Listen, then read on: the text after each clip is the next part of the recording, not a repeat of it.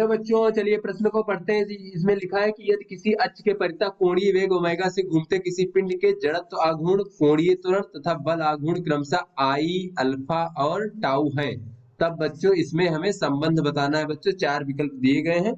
बच्चों कोई है हमारा पिंड जो है वो कोणीय वेग ओमेगा से जो है किसी अक्ष के परितः घूम रहा है, तो उसका जड़त्वाघूर्ण, कोणीय त्वरण और बल आघूर्ण में संबंध बताना है।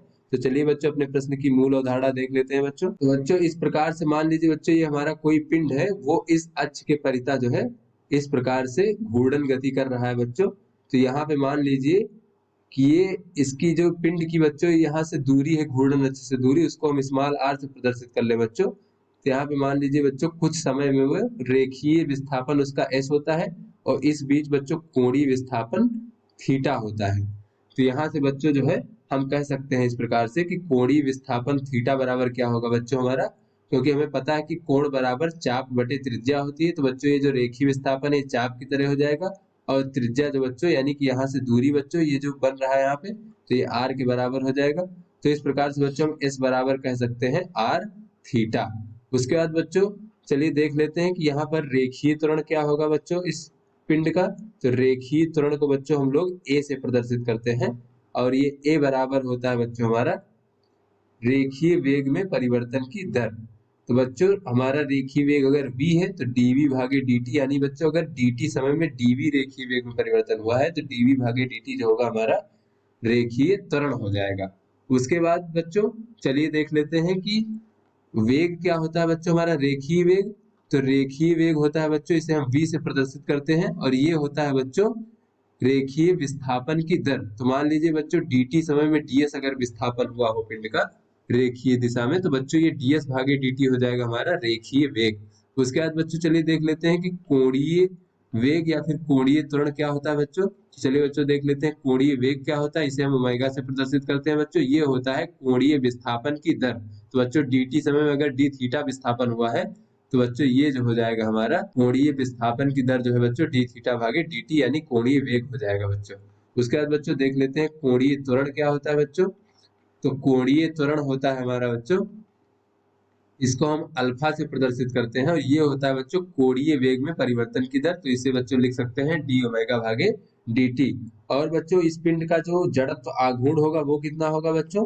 तो जड़त्व आघूर्ण को बच्चों हम लोग I से प्रदर्शित करते हैं और ये जड़त्व आघूर्ण बराबर होता है बच्चों इस पिंड का द्रव्यमान और बच्चों इस पिंड का घूर्णन अक्ष से दूरी का वर्ग। तो दूरी बच्चों यहाँ पर r है तो r का वर्ग। इस प्रकार से बच्चों हम जड़त्व आघूर्ण लिख सकते हैं। तो चलिए बच्चों अपने प्रश्न को हल करते हैं। तो बच्चों जैसा कि हमने देखा कि रेखीय त्वरण हमारे पास है यहाँ पे dv भागे dt। तो यहाँ से अगर हम देखें तो a बराबर है हमारा dv भागे dt।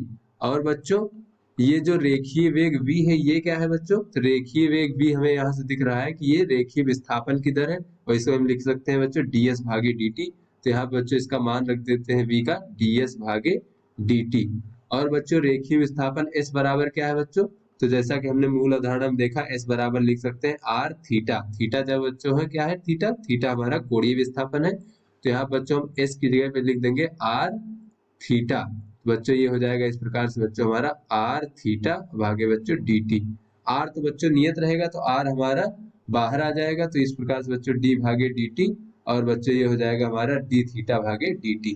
अब बच्चों ये d थीटा भागे dt क्या है। तो जैसा कि हमने मूल अवधारणा में देखा d थीटा भागे dt जो है हमारा बच्चों कोणीय विस्थापन की दर है, जिसे हम कोणीय वेग कहते हैं बच्चों। इसे हम ओमेगा से प्रदर्शित कर सकते हैं। तो यहाँ पे लिख सकते हैं बच्चों r d ओमेगा भागे dt। अब बच्चों d ओमेगा भागे dt जो है बच्चों ये हमारा कोणीय त्वरण कहलाता है, इसे हम अल्फा से प्रदर्शित करते हैं बच्चों। तो यहाँ पे लिख सकते हैं बच्चों r अल्फा। इस प्रकार से बच्चों हमने देखा रेखीय त्वरण जो a होता है वो हमारा r अल्फा के बराबर होता है। अब बच्चों हमें पता है कि बल F बराबर होता है द्रव्यमान गुणे रेखीय त्वरण। तो इस प्रकार से बच्चों यहाँ पर a का मान जो है यहाँ से रख देंगे r अल्फा, तो ये हो जाएगा बच्चों m r और अल्फा। इस प्रकार से बच्चों हमारा बल बराबर हो जाएगा। उसके बाद बच्चों हमें पता है कि बल आघूर्ण बराबर होता है।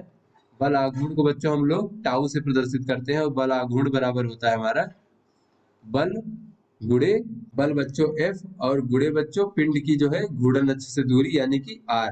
तो यहाँ से बच्चों अगर इसमें हम F का मान रख दें तो F का मान क्या है बच्चों, F का मान है m r अल्फा। बच्चों F का मान रख देते हैं m r अल्फा और गुणे बच्चों r। तो बच्चों ये टाउ बराबर हमें प्राप्त हो जाएगा एम आर का वर्ग और अल्फा। बच्चों ये एम आर का वर्ग क्या है, ये बच्चों हमारा जड़त्व आघूर्ण है, जैसा कि हमने मूल उदाहरण में देखा बच्चों। इसे हम आई से प्रदर्शित करते हैं जड़त्व आघूर्ण को, तो ये बच्चों हमारा हो जाएगा टाउ बराबर आई अल्फा। तो बच्चों ये जो है हमारा बल आघूर्ण, जड़त्व आघूर्ण और कोणीय त्वरण में संबंध हो गया, कोई जब पिंड जो है हमारा किसी अक्ष के परितः घूर्णन कर रहा है तब। तो चलिए बच्चों अपने विकल्पों को देखते हैं। तो बच्चों टाउ बराबर आई अल्फा, ये बच्चों जो हमारा पहला विकल्प है, विकल्प ये हमारा सही विकल्प है। तो आशा करते हैं बच्चों ये आपको समझ में आ गया होगा। धन्यवाद।